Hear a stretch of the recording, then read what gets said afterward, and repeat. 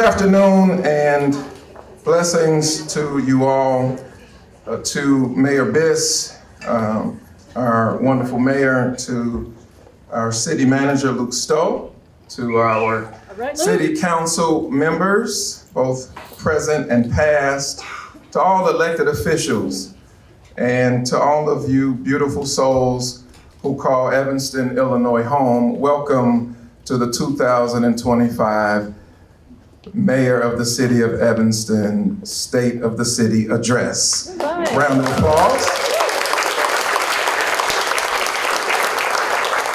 As to not be assumptive, I am Pastor Monte Dillard Sr., and for the last 14 and a half years, I have had the distinct honor and privilege of serving as the senior pastor of the First Church of God Christian Life Center right here in our beloved city of Evanston, Illinois.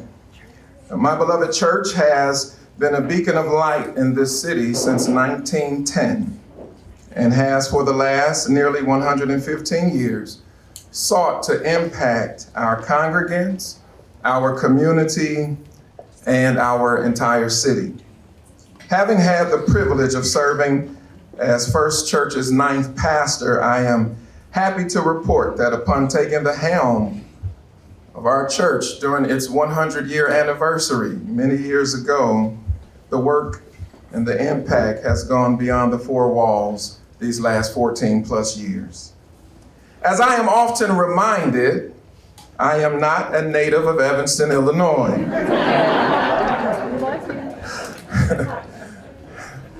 Y'all could be vicious sometimes. It's all right. My wife Tina and I, who joins me today, we will celebrate 21 years of marriage in October. Thank you, Miss Tina, for putting up with me. Along with our 4 small children, came to this beautiful city in our late 20s, and I was desirous to be intentional about contributing to the city that we now called home.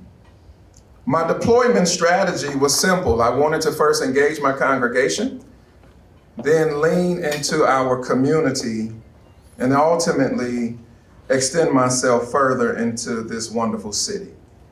As I settled into my congregation, I wanted to then give contributions and ultimately create some additional citywide impact to what already existed. And though I have had the honor of serving in many capacities in this wonderful city, I most notably as the chaplain of the Evanston Fire Department. Shout out to Chief Matt Smith in the back of the room. There are 2 areas that I would like to highlight as it pertains to not just working in this city, but having had the privilege of working with our fantastic mayor, Mayor Daniel Biss. First, for several years now, I have had the distinct privilege of serving on the board of directors for Connections for the Homeless.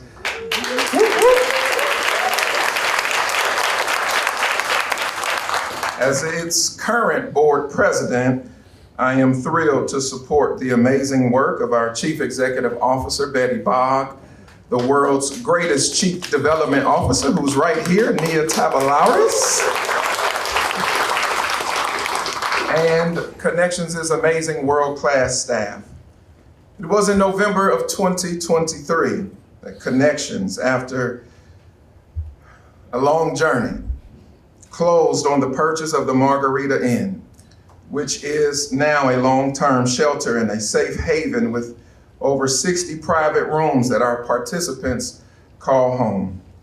Mayor Biss was a champion of that effort, and though it did not come without much opposition, tension, lawyers, disparaging remarks, and to be frank, a few tears, we are proud that our city has a place for the housing insecure to find refuge. Thank you, Mayor Biss, for your wonderful support.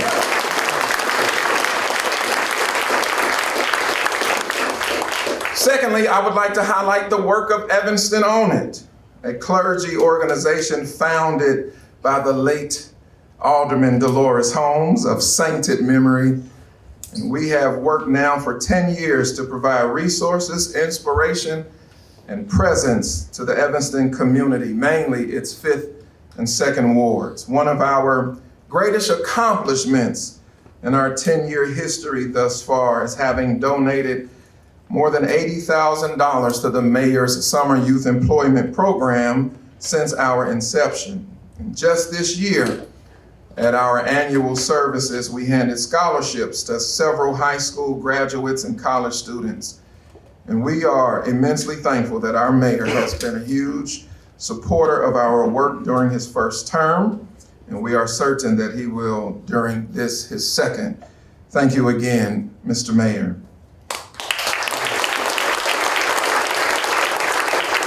I could go on and on about our mayor's heart for affordable housing. We could talk more about great intentionality that he and his administration have had about city-owned properties being used in that regard. Or the impending work of Evanston 2045, which has the heart to see our city be one for people of a variety of backgrounds and life's experiences. Or how about the establishing of the care team, which is operating at a high level and directing impact to our communities, resulting in a dramatic drop in violent crime in Evanston. But I'd rather use my last couple minutes to tell you about a more recent experience I have had with Mayor Daniel Biss.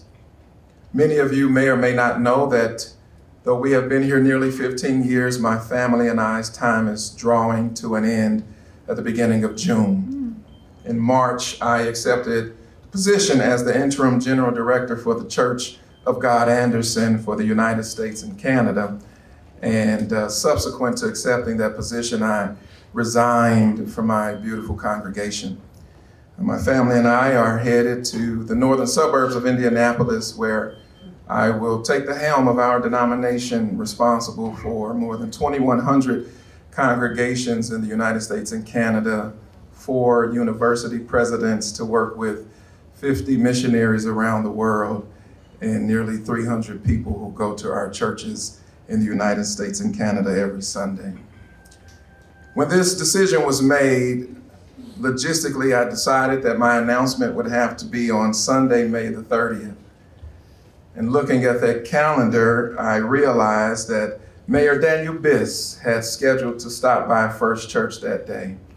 Leading up to that Sunday, my plate was full and I had not had opportunity to touch base with him, and he texted me and told me he would be at church right at 10 a.m. when we started. I thought to myself, I can't spring this on him. Surely he's just stopping by, and I'll text him later this evening. But he sat there. I called him up for remarks. He made his remarks and sat back down. I got up to take my text to preach, and he kept sitting there. Preached the entire sermon, and he was still there. And I called my family up to share with my congregation the heartbreaking news. And I still wonder today, God, why did you have Mayor Biss in that service? But what really impacted me was in the midst of much emotional outbursts and so much going on, this really long line of congregants greeting my family and I as we were all crying. And our mayor, with so much prowess but yet humility, stood in a very long line to greet my family and I. And that moment impacted me because I am sure that your plate is often full and there are tons of things you could have done, but I am so thankful that you were there that day. We are in great hands. He is now settled into his second term, and we are excited to hear from him today. Would you all please help me, City of Evanston, to welcome to the podium the mayor of the City of Evanston, the Honorable Daniel Biss.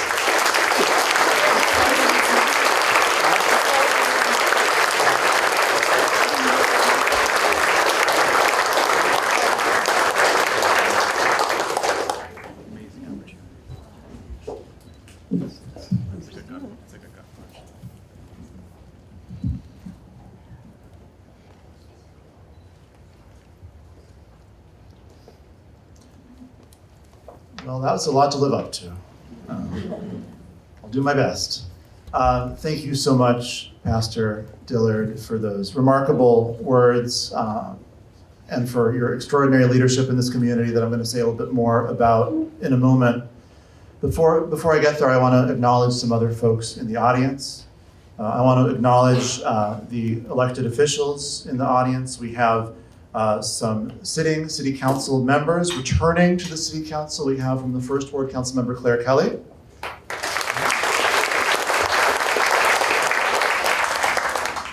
We have Council Member Chrissy Harris from the Second Ward.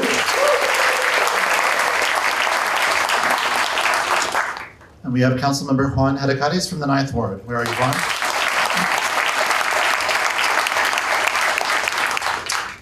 We have two new council members, so I'd ask you all to join me in welcoming from the Third Ward, that I believe we are in at this very moment, newly elected Council Member Sean Isles.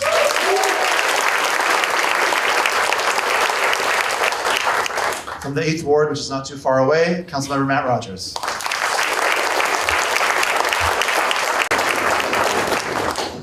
And though she wasn't able to make it today, I also want to acknowledge my other new colleague, Council Member Perry L. Davis from the 7th Ward.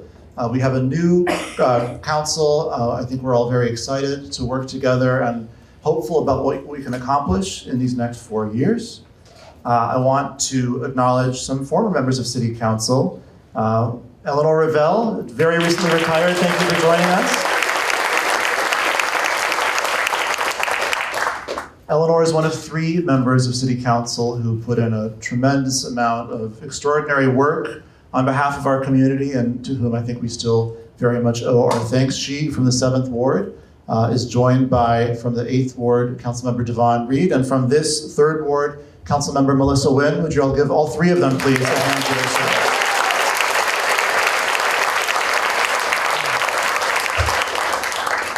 And Eleanor, since you're here and they're not, I'll just say it was such an extraordinary joy to work with you and learn from you these last 4 years. Thank you, thank you, thank you. We have 2 other former City Council members here. Former Council Member from the 2nd Ward, Peter Braithwaite, and from the 7th Ward, Jane Grover. We have 3 members of the Oakton College Board of Trustees. Make sure they're not all in the same part of the room. That might be an Open Meetings Act violation. Please welcome Wendy Yano, Marie-Lynn Toussaint, and Ben Salzberg.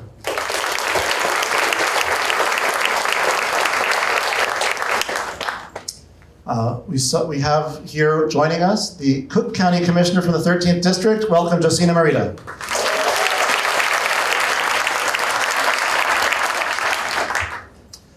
And finally, we have representatives. You know, we always schedule this meeting during May, and May is when our state legislators are holed up in a bunker 200 miles away. But they were kind enough to send representatives, all 3 of them, Senator Laura Fine, as well as Majority Leader Robin Gable, and Representative Jennifer Gahn-Gershowitz are all represented in the room. Thank you for joining us.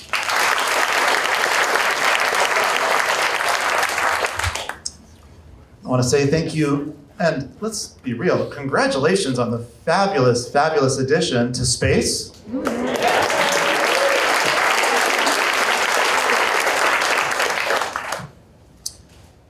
I want to welcome Karen Steinbrook, my extraordinary and peculiarly patient wife. Thank you so much for joining. I love you very much.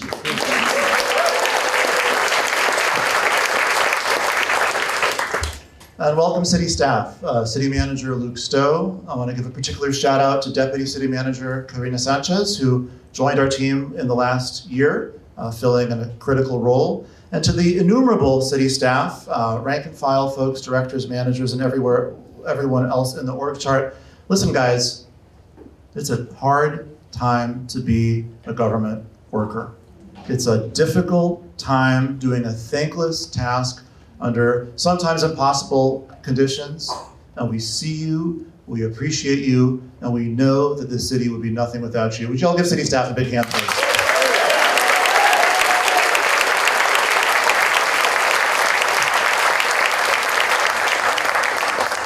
Now let's return to the subject of Pastor Dillard for one hot second, if we could. I wanted, just little sort of public speaking trick. I wanted to put some distance between his comments and my comments about him, so the quality of my remarks wouldn't be judged by the standard that he set. I actually barely heard what you were saying because I was kicking myself the whole time. Why did I ask you to introduce me? What is this? How am I setting myself up here? But I want to say three things about you, Pastor. First of all, the work that you have done in the congregation for the First Church of God Christian Life Center is extraordinary. That was for some strange reason you thanked me. It was an honor to be in the church that morning. It was a privilege, and I felt like a welcome guest, but a guest in what was really a family conversation. And what I saw was a room full of love, right? A room of people who were heartbroken about your news, but also just so appreciative of what you have done for that community over these nearly 15 years. It has not gone unnoticed. Thank you so much, Pastor Dillard.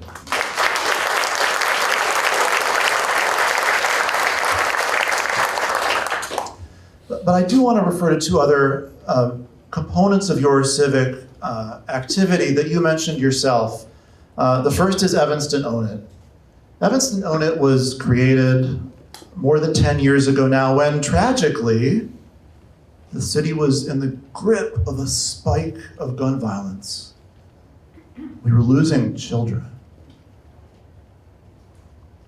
And Dolores Holmes, of blessed memory, then the Fifth Ward Council member, put out a call to community leaders and in particular to faith leaders. And she said something which is reflected in the name of the organization, which is, if we are going to fix this, we're all going to have to own it.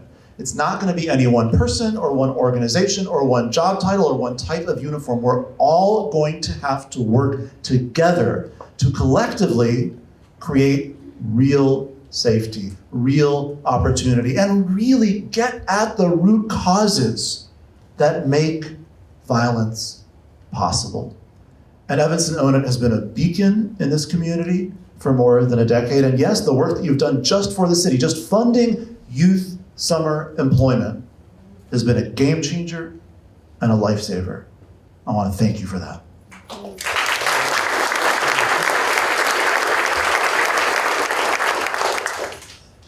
Now, I am also periodically reminded that I'm not from here.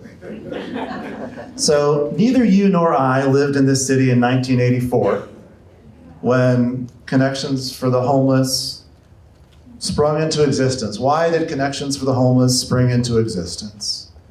Because there was a problem back in 1984 of unhoused people in Evanston, and faith leaders wanted to come together and address it, and they went to city council and they said, would you please solve this by creating shelter? And city council said, no, thank you.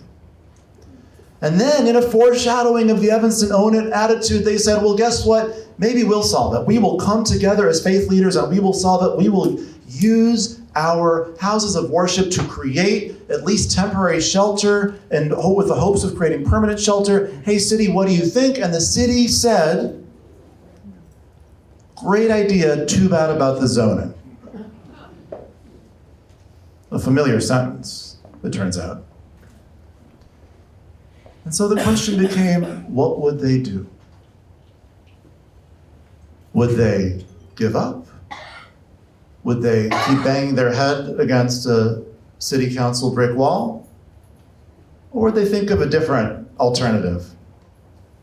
And they thought of a good one. The zoning did not permit a shelter. The zoning also did not prohibit an all-night prayer vigil. And how about one tomorrow night? How about the night after that? And how about the night after? And so, without dreaming of violating the zoning, there was certainly no shelter. A remarkably prayerful group of faith leaders, community activists, and unhoused individuals were together night after night after night in what eventually, let's be honest, played a role in shaming the city into changing its posture. And out of that activism was born Connections for the Homeless, an organization that continues to challenge power and stand up for the dignity that every living person is owed that comes from having a secure roof over your head. So thank you for your role stewarding that organization as the chair of the board, and thank you to Connections for the Homeless for that constant beacon that you show us about what this community's values demand us to do. Thank you very much for that.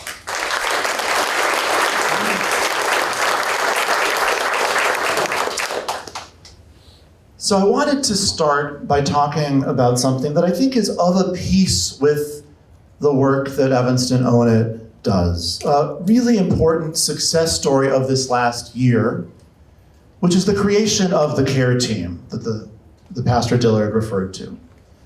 This is something that's been under discussion for a long time in Evanston and really across the country.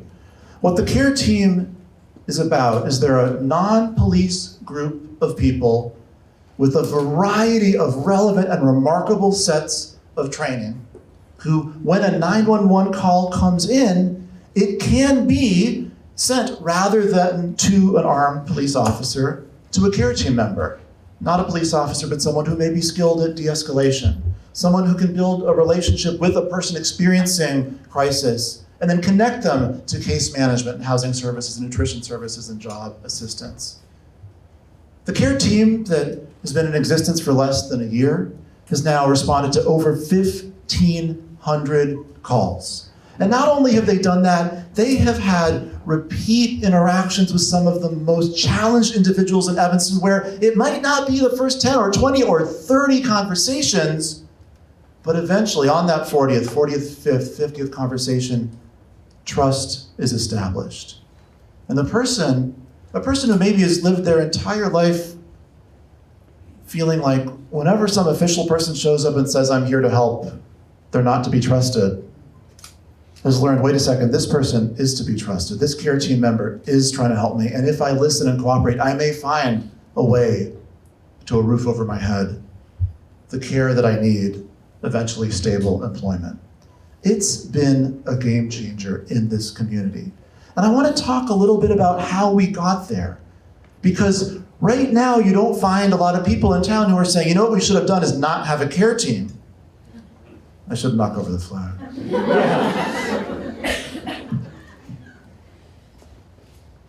I'm going to try not to knock over the flag. That's new goals. But the road to get there was not always easy. My first act as mayor was to work with the council on day one, back in May of 2021, to create a Reimagining Public Safety Committee. The question of reimagining public safety was in the bloodstream. There was ferment on the streets. It was in all the headlines. And it felt important for us to work on this topic, and we did. And those meetings were sometimes contentious. And there might have been, in some instances, different people in those meetings who didn't really want to talk to each other, who saw the world so differently from one another. There were presentations from out-of-town experts who were sometimes hard to hear and hard to believe. But we persevered, and we stuck with it. And we brought in more experts who had best practices from other communities. And we melded those best practices with what we know about what we're already doing in Evanston and what our needs are and what works and what doesn't work. And by the way, we stuck with it even as that issue was no longer on the front page of the newspaper. As if I'm being honest, many communities around the country that had begun projects like this and figured out how hard they were and figured out that the moment of protest was maybe subsiding, figured, hey, we'll start working on something else. We didn't do that in Evanston. We said we're going to stick with it. And now we have the care team, which is making a difference every day and is embraced by the whole community. That's not the only outcome, by the way, of the Reimagining Public Safety Committee. We realized something else. We noticed in analyzing racial disparities in our traffic stop data that it turned out the big racial disparities occurred in equipment-related violations. In other words, if you're driving 40 miles over the speed limit, that's a public safety threat, and we better pull you over. And hey, those stops didn't have that bad a racial disparity, but if you have a busted taillight, that's not really a public safety threat. That's more of a discretionary stop. And those were the ones where the racial disparity existed. And so we did something very simple. Let's just de-emphasize the equipment stops so our police officers can focus their attention on the issue that's the greatest public safety concern, keep our streets safer, and diminish the racial disparity all at the same time. And guess what? We are now in a position where 83% of traffic enforcements are related to moving violations. So our police officers are focusing their time in the way that keeps us safe, and the manner of enforcement is consistent with our values of racial equity. And so we have figured out through discussion and analysis and collaboration and working with all stakeholders how to turn these ideas and these abstract concepts and this ferment into specific, concrete policies that work, that make a difference. By the way, we can do it because we have great leadership. The CARE team is in the Parks and Recreation Department, and it collaborates with the Police Department. The Parks and Rec Department is led by Director Audrey Thompson. The Police Department is led by Chief Stewart. We have extraordinary leadership, and they believe in the mission. They lift up their teams. They celebrate the success when our staff do the great job that they do. And they're about the community, not about themselves. It was no surprise to me when Chief Stewart was named the Illinois Association of Police Chief of the Year this year, the first time a woman ever won that award.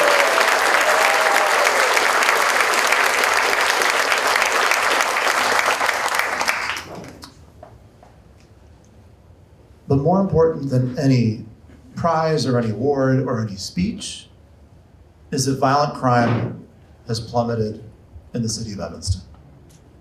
We have not had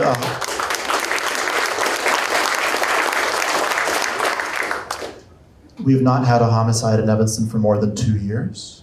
The first time that has happened, we believe, during my lifetime. These changes are making a difference. And while any time a gun is discharged in the city of Evanston, that is completely unacceptable to me, this is a statement of progress, not of victory. It's a statement of the work that needs to continue to occur. We are moving in this direction successfully with impact because we are moving thoughtfully and carefully together, and we're not giving up. We don't just say no is easier than yes. Passing on the opportunity to make change is safer than doing something bold. We're willing to take risk on behalf of our community. And I'm belaboring that repeatedly because I get it. We're living in a cynical time. We're living in a time when people across this town and across this country are wondering, can government do anything for me? Is it too stuck? Is it on my side? Is it going to actually solve a problem? Or is it just going to keep talking about how problems are too hard to solve or make problems much, much worse? The administration in Washington is terrifying people across Evanston. Immigrants, LGBTQ people, people of color.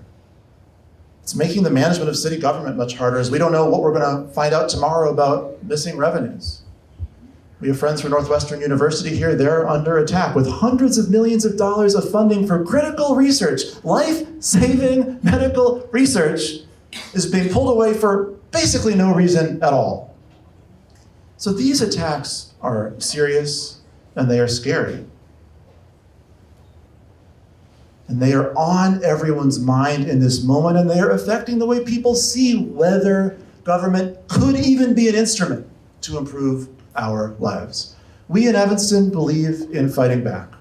We believe in fighting back in any way we can. Before Donald Trump even took office on January 20th, we had passed the strongest welcoming city ordinance in the state, possibly even in the country, to ensure that we are not doing anything to collaborate with or assist civil immigration enforcement that is counter to our community's values. And I hope that that example is then replicated by communities across the region that share our values. We are now working on a similar ordinance to make sure that the data that we collect relative to sensitive medical information is kept safe from attacks that might come from other states or the federal government. That's it.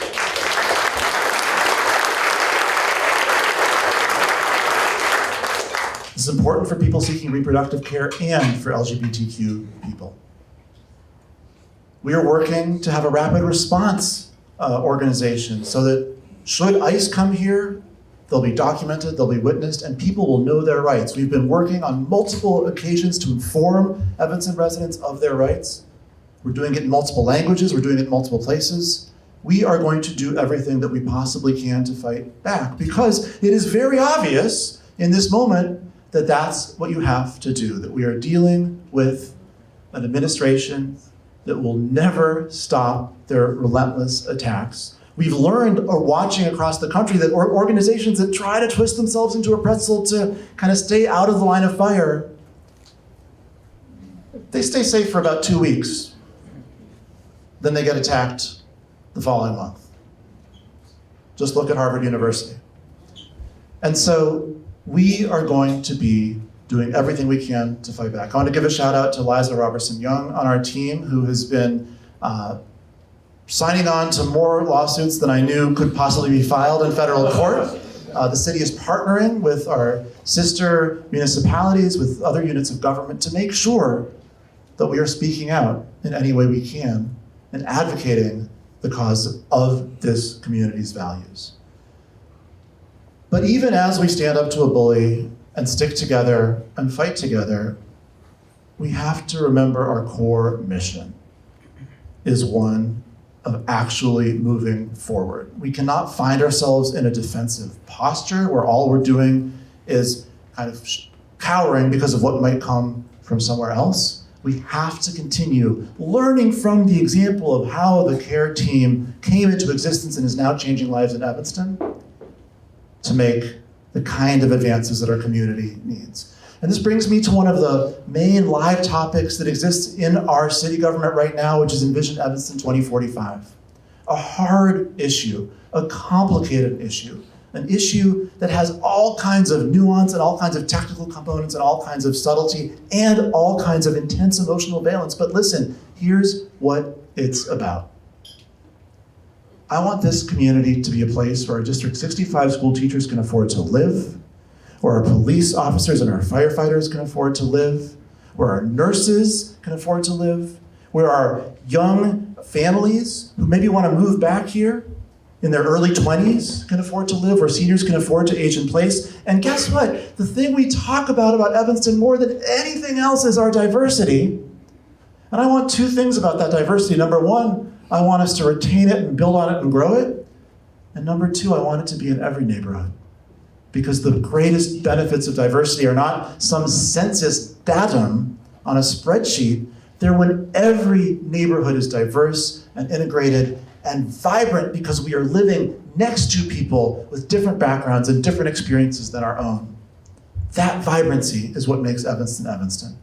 And Envision Evanston 2045, when we get it right, will move us forward on that objective while making our city more sustainable as the climate crisis comes barreling toward us, while helping us with the economic recovery of our downtown, which is still not where it needs to be, while addressing our property tax base that needs to be expanded. There is a lot of good that will come of this, but it's hard work, and it's complicated, and it's contentious, and there have been tough conversations.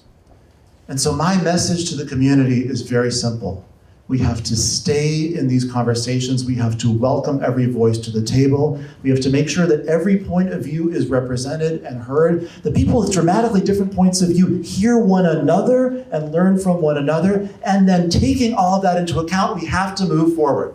We cannot accept the idea that it's too hard, it's too controversial, we're just gonna ultimately back down. We have to remember who we are as Evanston.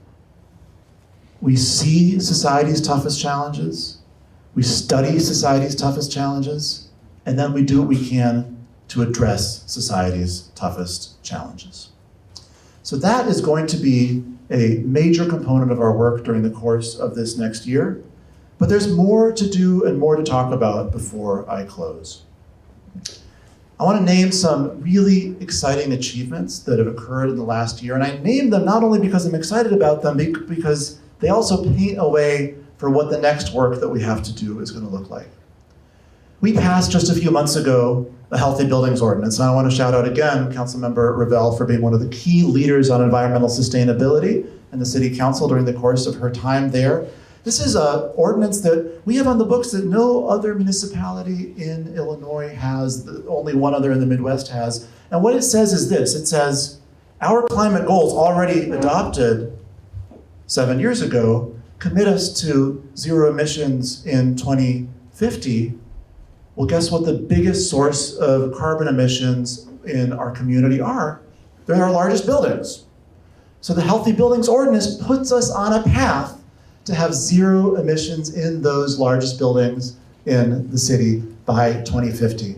It's bold, it's ambitious, it's carefully constructed to be achievable, to have flexibility built in so it's actually going to work for all of our institutions.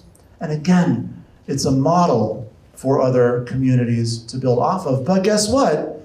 You don't decarbonize by passing a law. So even though the ordinance is on the books, the work is still ahead. And there's a lot of work that's going to have to be done to make that effort successful. We strengthened our inclusionary housing ordinance. When I was running for mayor 4 years ago, people kept saying, is your inclusionary housing ordinance strong enough? Meaning, when there is new development with lots of units, are enough of them obligated to be affordable? The answer was no. The answer was no. And so we studied the issue. We worked with entities who looked at the way this worked in communities across the state, and we figured out a version of the inclusionary housing ordinance that really makes sense for Evanston, that bumps up the requirement of affordable housing in new developments to 15%. That's important. It's going to be a game changer as new potential development occurs in Evanston. I'm not sure it's enough. So we're going to have to keep on monitoring this and continue to assess what is the perfect balance that allows us to maximize the accessibility, attainability, and affordability of this community. We also moved the seat of city government, and I apologize to anybody who went to the wrong city hall for a meeting over the course of the last few months. We live at 909 Davis now. That's our home. And it's an important change. It's an important change because the building we were in wasn't working, because staying there would have been outlandishly expensive, because we're now in a modern, accessible building. It's on the Metro, it's on the L, it's in downtown, it's part of revitalizing our downtown. But it's also not necessarily the permanent solution. And so we have, in the coming year, to figure out what is our long-term solution for City Hall? What is our long-term solution for the police station and fire station? We have a lot of decisions to make. They're frankly going to be expensive decisions. They're going to be tough decisions, and we're going to be making them in an economically challenging environment. So we're going to need to come together and figure out what is the smartest, most cost-effective way to work through these decisions that serves the whole community as well as possible. By the way, we're working with a grant of almost $1 million from the federal government to do a program called Putting Assets to Work, where we can maximize the benefit that we get to the community from the buildings and real estate that we already have. It's an exciting opportunity, but one that we're going to have to really work together collaboratively if we want to get right. And finally, I want to end by talking about two things that are coming to Evanston that just lift up the quality of life. Exactly. Exactly. This was the pivot to the arts moment in the speech. So, nailed it.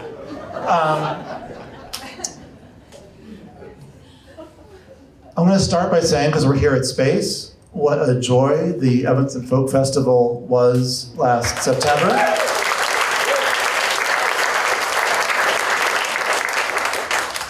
How excited I am that the Folk Festival is coming back next September. It was kind of an unbelievable thing, really. It was, a gorgeous day in this beautiful, beautiful location, showcasing what people adore about this city. You had people of all generations, you had youth running around in the field, and you had seniors sitting in chairs, and it was just a beautiful kind of coming together in Evanston, and also it brought people from out of town into Evanston. The Northlight Theater is coming to Evanston and will be opening in the fall of 2026.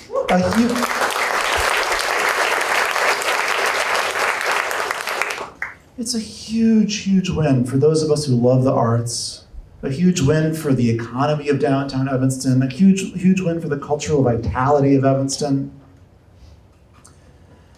And I wanted to end by talking about those two examples because I think it's important for us as we kind of think to ourselves, who are we again? What makes Evanston, Evanston? We're different than other places.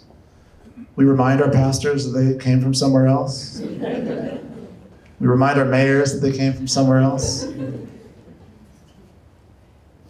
We both came from Indiana, by the way. That's never an applause line, but sometimes you just have to tell the truth.